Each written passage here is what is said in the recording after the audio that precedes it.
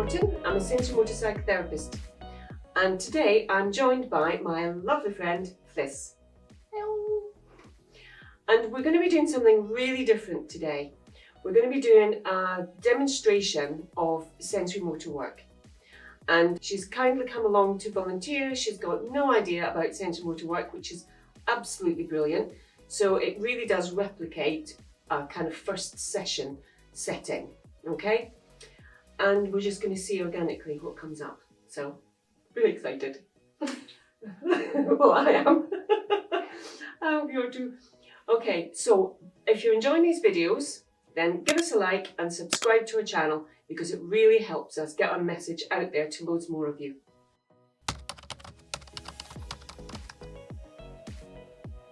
So, comfy? Yes, I think so. Yep.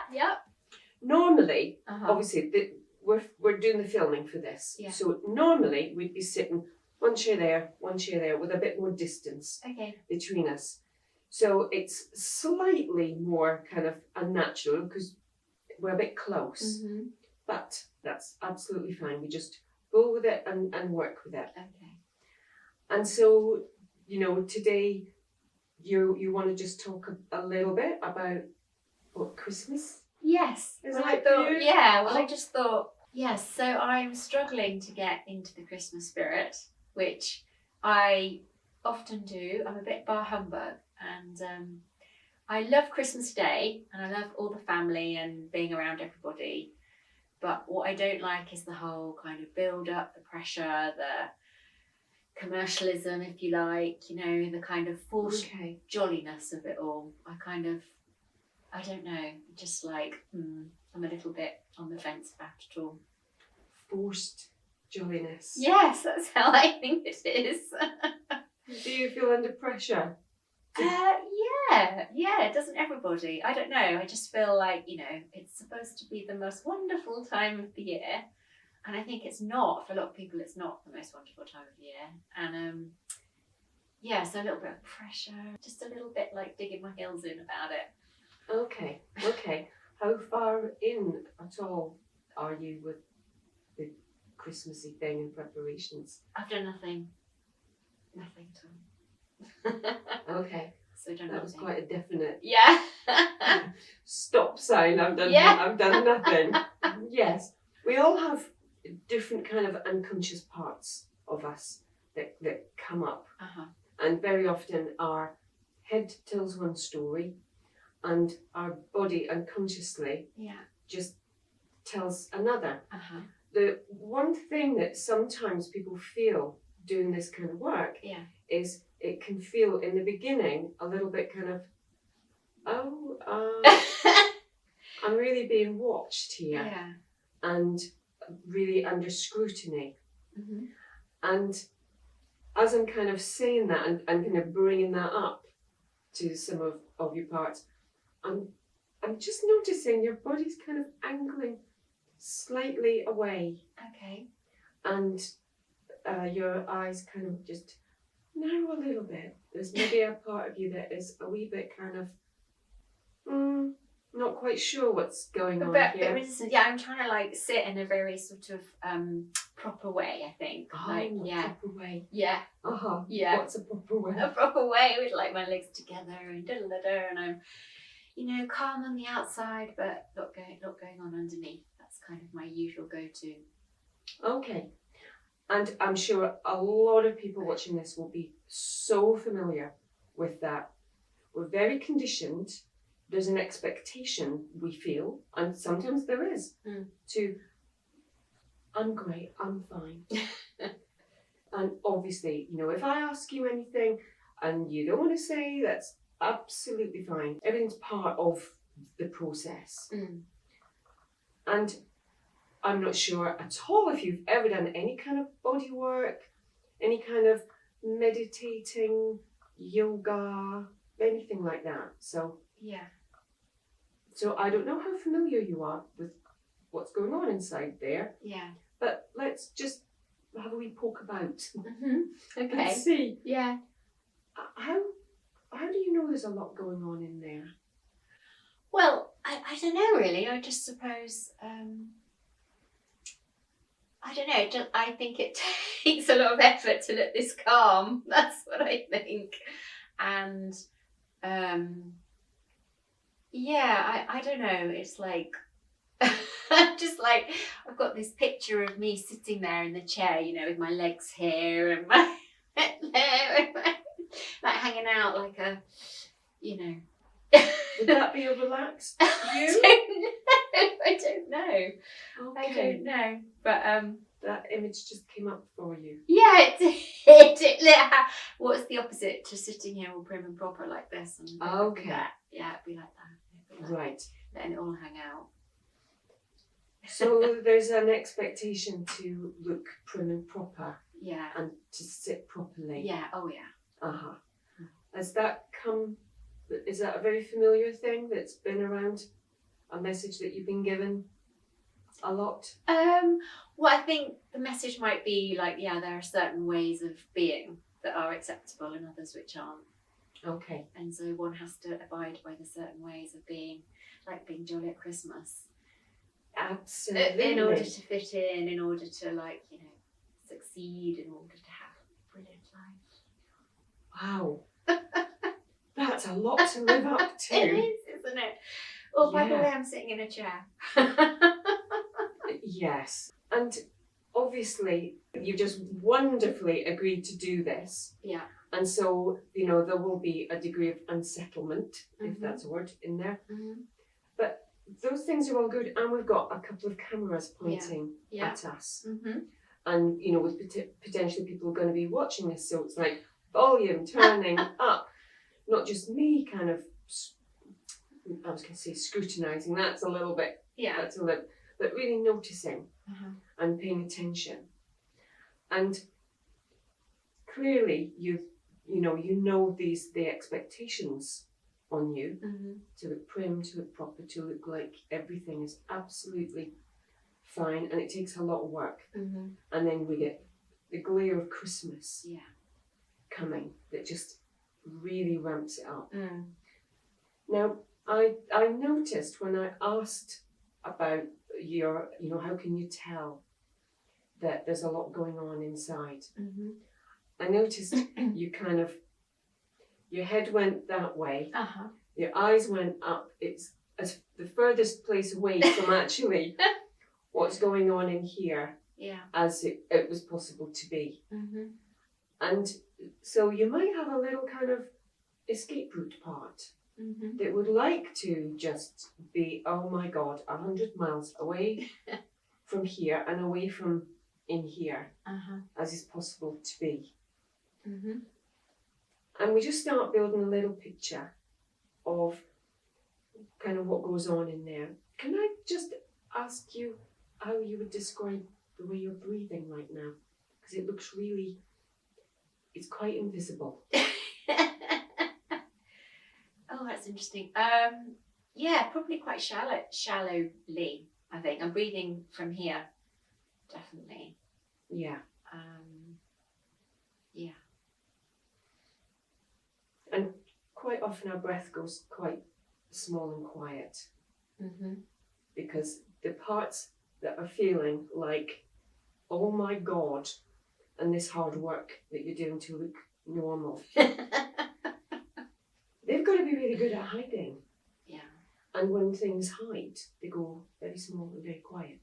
Okay. We don't hide in a big, loud, noisy way, otherwise we get found. So, you know, that makes sense. Are you conscious of how much work you're doing to keep the, whatever it is that needs to be kept down? I don't think I'm conscious of it like in the moment. I think, you know, afterwards I get quite exhausted. Like, so I find like Christmas exhausting and people exhausting and because of this constant kind of needing to be a certain way to be acceptable and to fit in. So it's kind of a bit like that in itself is exhausting.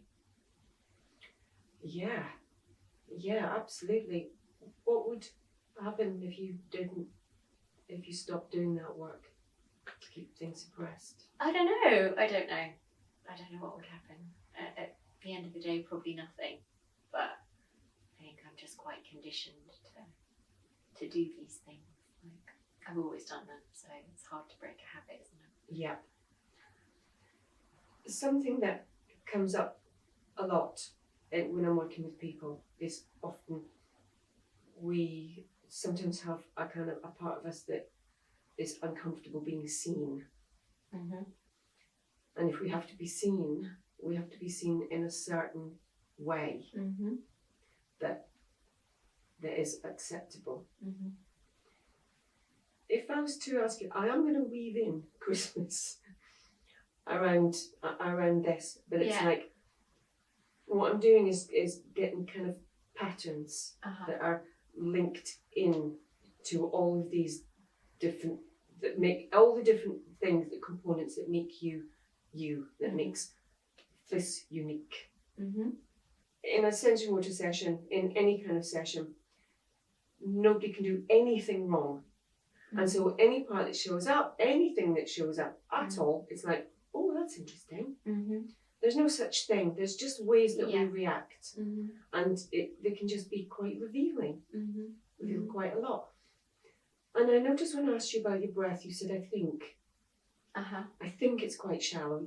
Good guess. Mm-hmm. You know, I just wonder. And always, if I'm asking about something or if I'm going somewhere and you're like, what, why, this, just say, okay? Okay. I'll try and explain everything that I do, so it's not just, I'm not just taking kind of pot shots and hoping for the best. Yeah. So when I ask about you and your inner workings, your head and eyes go away from the body. Okay. And when I ask about your breath, you kind of use your head to make a bit of a judgment call. If I was going to say, I wonder what it would be like if you and I were to just take a deeper breath in through our nose, notice what it's like to do that, and just be aware of what, if anything, makes it slightly tricky to do that. Or, oh, that's lovely and free and easy. Well, it kind of gets stuck here, I think, when I do that. You know, I had this lovely idea of like when you do yoga, you kind of breathe in through your nose and breathe in whatever and da-da-da. And they talk about your belly rising and falling, and I don't feel like my air gets right down to my belly. No. I feel like it's just kind of, And, you know, these things, because you're not consciously doing this, it's unconscious. And you've developed that way of keeping everything quiet, keeping everything in. And with things like Christmas, it just really ramps up that volume of the way that you should be. And so your body has become very conditioned to being a certain way, to present in a certain way. And yes, we all know, you know, about the box breathing and belly breathing and all those wonderful things. And yes, we can force our body to do that. I mean, it can be great. It can be really beneficial for some people. But I'm more interested in what actually makes that tight in there right now. What is that tightness keeping in? If you were to take another breath in and just be aware of the place in your body that you can feel that constriction.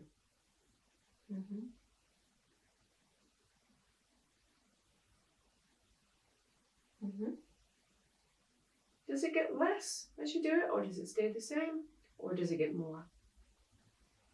I think it's gone deeper now. Like, so the breath feels like it's going deeper. Okay. Yeah. So your breath has actually quite responded to a little bit of attention on it and showing up. Yeah. It hasn't shrunk away. No. Okay. And I'm just noticing you're kind of angling slightly. Slightly away. This is okay. No, it's absolutely fine. It's like I say, bodies just do what bodies do unconsciously.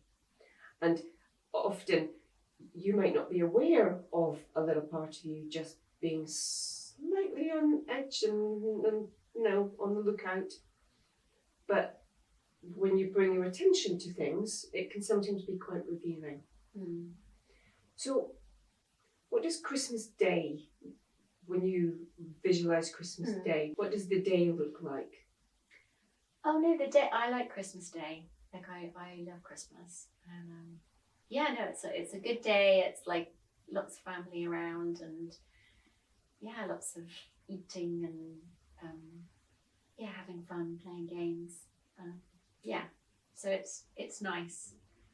Yeah, the day itself. Yeah. It's very nice and it's very relaxing talking about it. And yes. Yeah. What is it about the build-up? Oh yeah, well, yeah. It's just, I don't know. I think I'm not alone in this, but I think it's just like this kind of,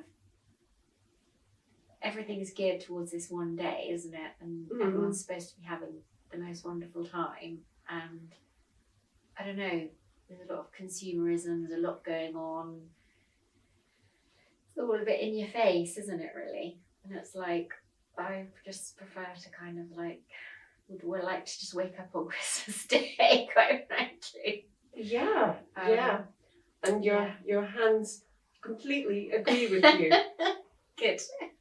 There's a big kind of like a stop. There was the first stop, and now there's the two hands going, please just back off. Yeah. Let me just do Christmas Day. Yeah. What would stop you just doing Christmas Day? That's a really good question. No, I mean, there isn't really anything to stop me just doing Christmas Day. Apart from like the pressure of the world out there, the kind of well, Christmas isn't just Christmas Day. For a lot of people, Christmas is the whole thing and supposed to be having the best time, and I don't know, it's just all wonderful, and I don't know, it just your it's hands that are pressure. really expressive. They're brilliant. Oh, I didn't realise that, but that's a good thing. What things are in the run-up for you? Well, a few jolly things.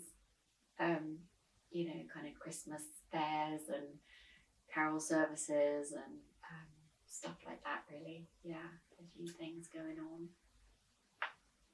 You say they're jolly things. Mm-hmm.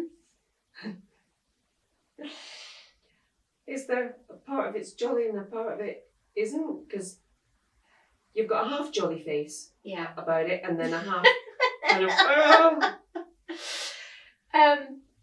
I don't know. I mean, I think if I think about it too much, I get a bit overwhelmed. I think when I'm doing those things, it's absolutely fine, but I just dread the kind of anticipation and the build up and da-da-da. And when I'm actually doing it, I'm usually fine. It's just I kind of, I don't know. It's just, I feel it a massive pressure to have the best time. And I will go along and I will enjoy it, but it's not necessarily the best time, or it's not necessarily, the season isn't great for everyone, is it? It can be quite a hard time, it can be quite a lonely time, it can be, lots of pressures, and I think a lot of people relate to that, really. That pressure is massive. And because it's all, we are bombarded with it, and I can really relate to an awful lot of things you say about it, because it does feel like it's coming at you. And as you can see, I've got no decorations up, nothing. So I'm in the same boat. Yeah. But I can feel the pressure to do it, and from other people as well, like my lovely daughter over there. And if we are alone, or if there are, if it's a difficult time of year, or there's, things are just really hard, it feels extra, especially hard and sad, because the impression we're given is everybody out there is having that best time. And when we're having as far away from the best time as possible, it can feel excruciating. Like we're completely left out. We don't really belong anywhere because everybody's out there hugging and kissing under mistletoe and singing jolly songs and rattling bells and stuff. Yeah. I'm thinking the jingly one. You know what you mean? Everything's always, every advert and everything, it's got jingly bells with it. Absolutely. Yeah, I need to get myself some jingly bells. Jingle around, that'll be my bit. And where do you think the notion of it's got to be the best time? I don't know. It's just, it just, you know, it's that song, isn't it? It's the most wonderful time of the year, and all of that. You know, just the thing is, I'm not bar humbug at all because I do love Christmas, and I think it's a great way of breaking up the winter. And I think whoever invented it, it's a great idea. I'm just a bit anti the commercial side of it and anti the kind of like, oh, the best time. Yes, and your body really feels that and gets it, and your wonderfully expressive hands tell that story beautifully, because it's like Christmas is coming at you and you've got a little resistance, but it's here.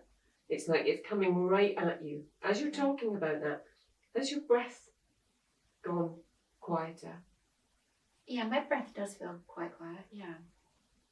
If you were to try and take in, just for information,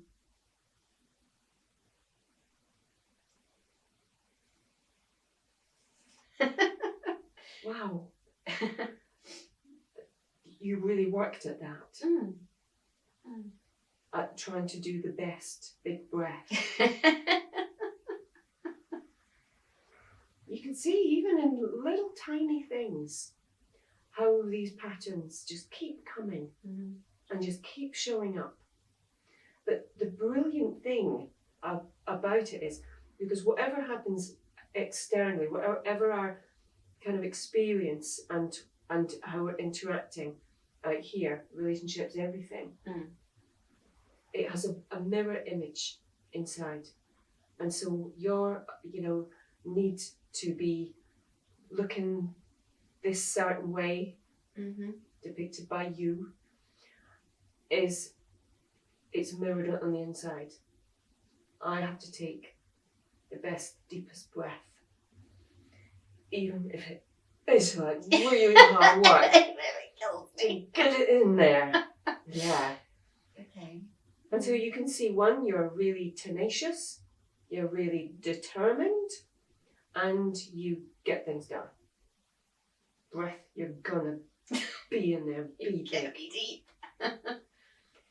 And it can be quite difficult for us to just allow things to be the way they are, because they have their own story to tell. And while, yes, we can force things, and great, it can be quite revealing. And if you're really, really aware of all the expectations on you out here, then it can be very difficult to just be very accepting of, this is me slobbing it around, and you can take it or leave it, and I don't care what you think. And that level of acceptance can be quite tricky. And so we can practice that on the inside. So instead of doing a marathon man amazing job at inflating your upper body, even your shoulders went like, whoa. Okay, yeah. We're going to see if we can just be a little bit accepting of, one, how shallow our breath actually is when we talk about this stuff. It gets quite tight. Being aware as we take our slightly deeper breath in, just for information about what is it that's making that quite difficult.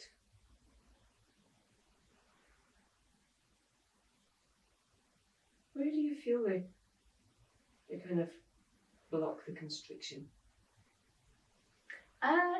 In my chest, really, I think.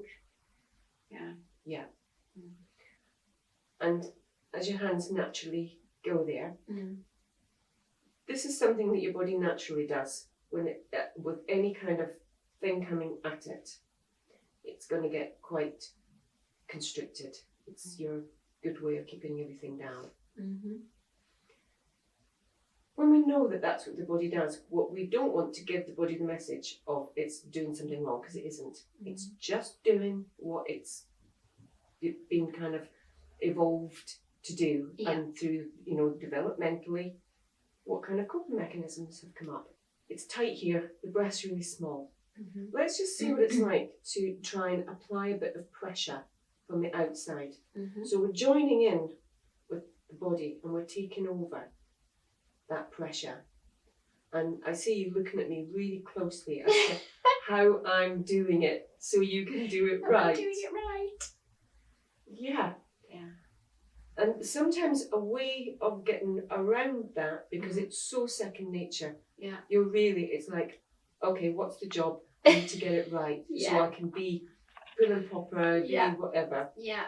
So to take that aspect out of it, because what we're aiming to do is match that pressure point inside with the pressure point on the outside. Okay. So you're applying a similar kind of pressure to what you're feeling inside. And to make it about you, let's both close our eyes. Okay. So you can't see me and I can't see you. And so you're just applying the pressure. And being aware your body will always breathe.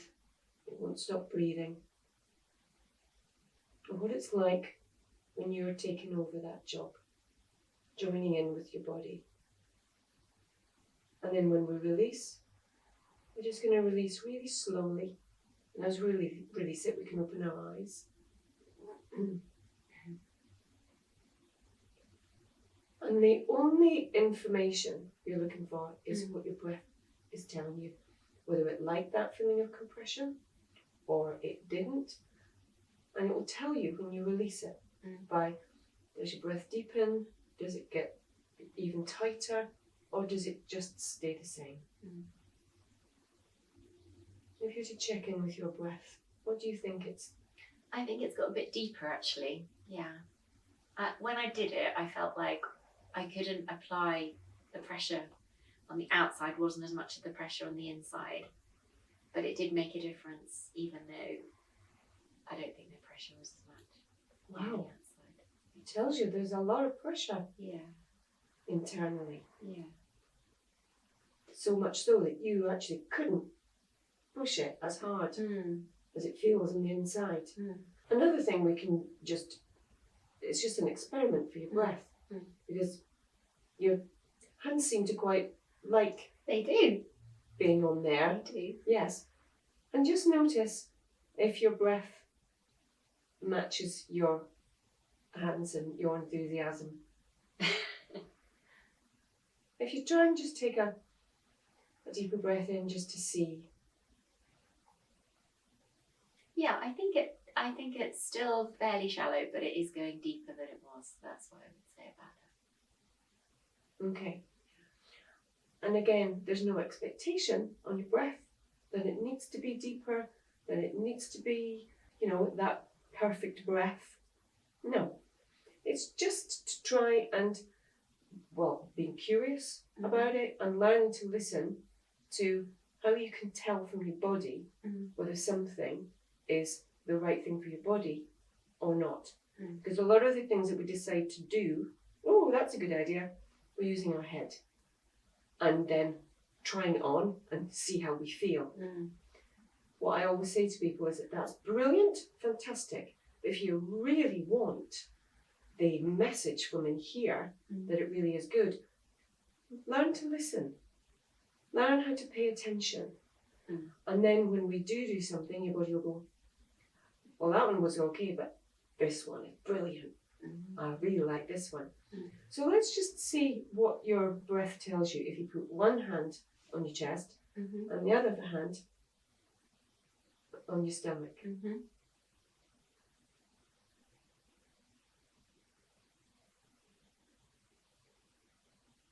I like the hand on the stomach because it's like, you know, it shows you are breathing down there. Yes. It allows that a bit more connection, and your hand sort of helps with the tracking of your breath, because you can do your hand moving as your breath goes in and out. And it's not really very often, is it, that you sit here like this with your hand on your chest and your Oh no. Especially when we're very conscious of what's expected of us. It can be much more about what is going on here, watching people's expectations. And, you know, I can tell you have a very strong need to be doing the right thing, doing things properly. Because, again, when I put my hand there, your hand checked it out and tried to get it right. Yeah. And I'm not saying there's anything wrong with that whatsoever. But what it does do is it gives others out here the power. And it diminishes from you. It's less about what is okay, what's the right thing for me, and more about how am I meeting my expectations, and I'm pleasing people, and am I getting it right? Yeah. Does that sound? Yeah. So I wonder, what would just having Christmas and maybe some of the jolly things, if I was to say to you, and again, when I say, if I was to say to you, it's just what kind of reaction do you get from your head and your body? If I was to say to you, Fliss, you don't have to have the best time at the carol services and the jollies. It could just be kind of ordinary. What do you notice your response to that is? Yeah, I mean, yeah, that's quite freeing, isn't it, really? It's quite, yeah. You go very still. Yeah. It's like your head goes, oh yeah, great, that sounds freeing. But I'm not getting that your body actually has the same view of it. It goes very, very still. If I was to say to you, sod the run up and the buying stuff, what's wrong with just showing up on Christmas Day and eating and playing games? What comes up for you then? Yeah, I think that would be good. That would be good for me. Yeah. What's the but? Well, I'm just wondering, do I love Christmas because of, like, it's supposed to be the best time, or do I love Christmas for the actual day and what, I suppose, it kind of redefines how I define Christmas. And so is my expectation around Christmas that I like Christmas, it's lovely and getting together. I don't know, does it diminish from that in any way by not having the other stuff? Do you know what I mean? Yeah. But then it's different, isn't it? And it's like, just, I suppose that would be a change. And with that comes different things that you have to accept, doesn't it? Yes. And again, I'm just reading the story your hands are telling. As you're kind of talking about it, they go out further and they're that way round instead of that way around. Okay. But then they keep kind of coming back again. It's like, sounds like a great idea, but would it diminish? Do I love Christmas? Or does it take away from the Christmas? Yeah. And again, your little escape route part, just as you said, do I love Christmas? And And, there was a part of you that went, I would quite like to exit Yeah. Christmas, Yeah. actually. Mm. And, when we're very, very aware of the expectations on us and we're just used to delivering and, giving what's expected, it can, one, make it really hard to have any kind of boundaries for us. Because they're ours, we own them. No. This is what I'm doing, and you do you, and I'm doing me, and I'm not budging on it. That might be a bit harsh. A slightly harsh boundary, but I'm being extreme with it. Yeah. And it can be really hard to know what actually is the bit for me that would be just, the really enjoyable bit. What bit of it would just allow me to go, da-da, instead of, oh, I'm not so sure. And it's such a pressurised time. If there was one thing that you'd like to not keep and say, I'm not doing that this year, but just out of curiosity, what would it be?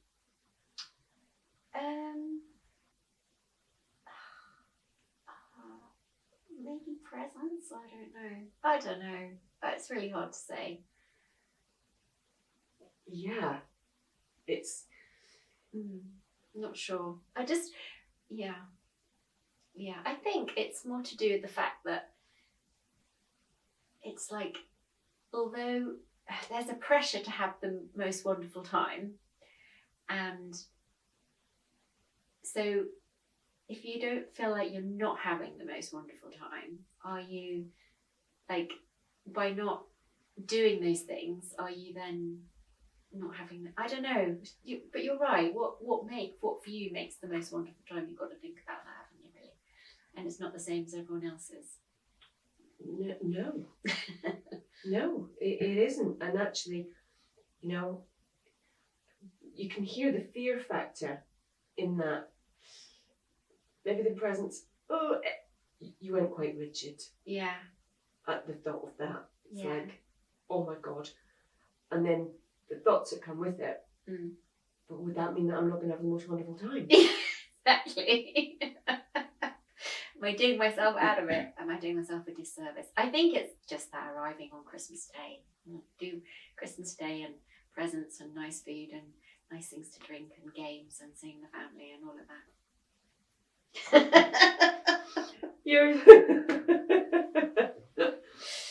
You're starting to take notice of the story that your hands are giving you. Whenever you're talking about something positive, they want to go out there. Okay, yeah. And they're quite tentative, they're not like, we want to be out there and doing this. It's like, that's enough. Have there been any Christmases in the past that have been less than wonderful? I think, like everybody, it lasts a bit too long sometimes, and sometimes it's too many people. You need to get away, and I don't know. I just think we get bombarded with it so much that it makes me want to, like, put the duvet over my head and hide until it's all over. Yeah, and I'm very aware of the kind of how I can see what your hands want to do, and they want to be out there, and it's quite tricky for them. Would you be up for a little experiment? Yeah, sure. Okay. So if I was to, and again, it's just like, oh my God, what's this like? Yeah.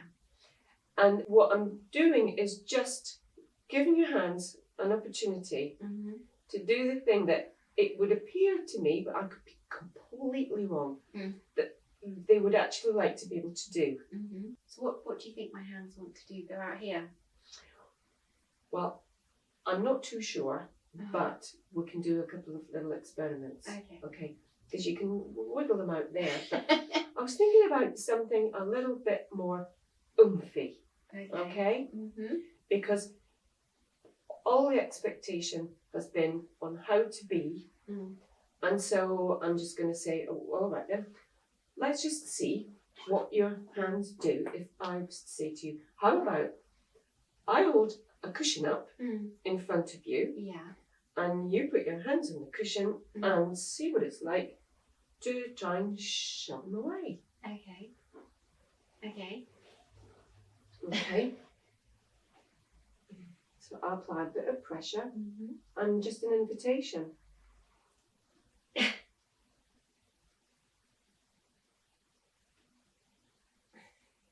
Yeah, it's good.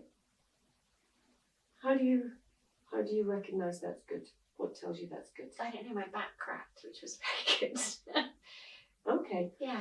Now, normally, if we weren't filming, I'd say, okay, let's stand up and see what it's like for you to really get some welly. Yeah. Because, you and I are both tennis players, and so I know that you're strong. I've been on the receiving end of many of your very strong shots. Just an invitation to give it a right good shove.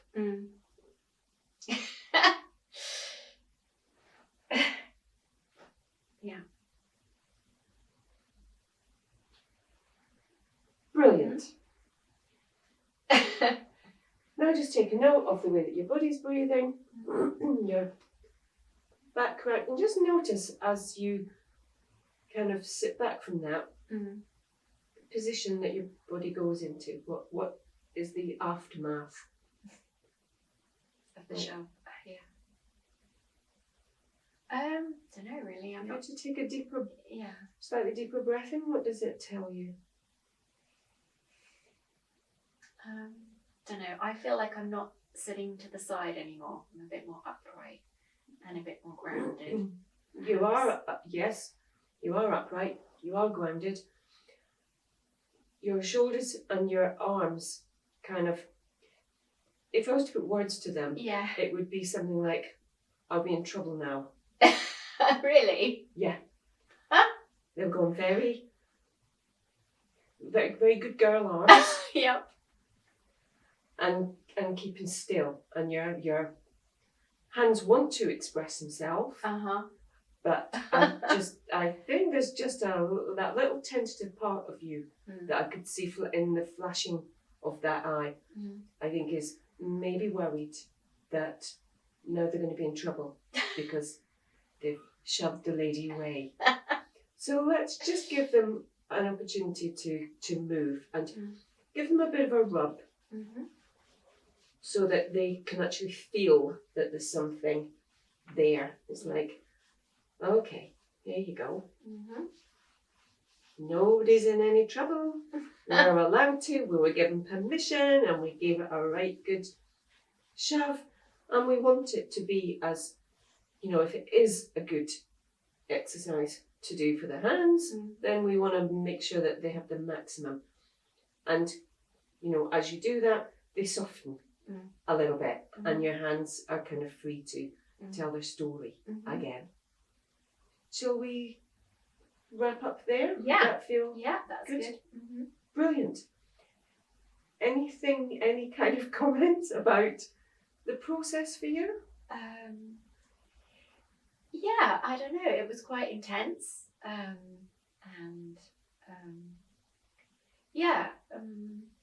Intense in what kind of way? I suppose like little things that you do kind of mean bigger things, and it's all connected, which is kind of, I wouldn't have appreciated that or known about that. So. We're not taught to pay any attention to this. We know how to, what we should be doing for it, but how to kind of listen to it and give it some kind of credence, because it holds all the answers to what's going wrong and what helps. It can be really simple, and if we know that our breath constricts when we're getting all this pressure, well, if we wanted to be able to just be a little bit, then the more we can free up and be in control of it, takes the power away from them and back to us in just a really easy, simple way. And did it feel intense because it's so kind of noticey? Yeah, I think so. And it's like, for somebody who's like, there's not a lot going on, I'm very still, I'm very like controlled. It's like you found a lot going on, and that was kind of like, oh, okay, she's seen me. Which, Yes. you know. And if you were a client and not just a wonderful volunteer and friend, then in the subsequent, what I'd be saying now is, well, okay, next week, or we'll go a little bit deeper into there, so that we can really start to increase our sense of noticing in the easiest way possible, because it can be quite hard if we don't know how to, ways to wake the body up so we can get the messages it's sending, and just learn how to tune in a little bit more, and then go into other things that then the body has certain responses to. And it doesn't feel as though you want to escape through up the chimney so much now, which is really good. Well, thank you so much for doing this, Bliss. My pleasure. I'm really, really grateful, and you've been absolutely brilliant. So I'm sure everybody's going to really enjoy seeing what we were doing and watching you do your stuff from scratch. You had absolutely, you kind of knew what I did for a living, but not a clue. No, not really. About the workings of it. No. So thank you so much. You've been brilliant. Okay, everybody, we're going to wrap it up there today.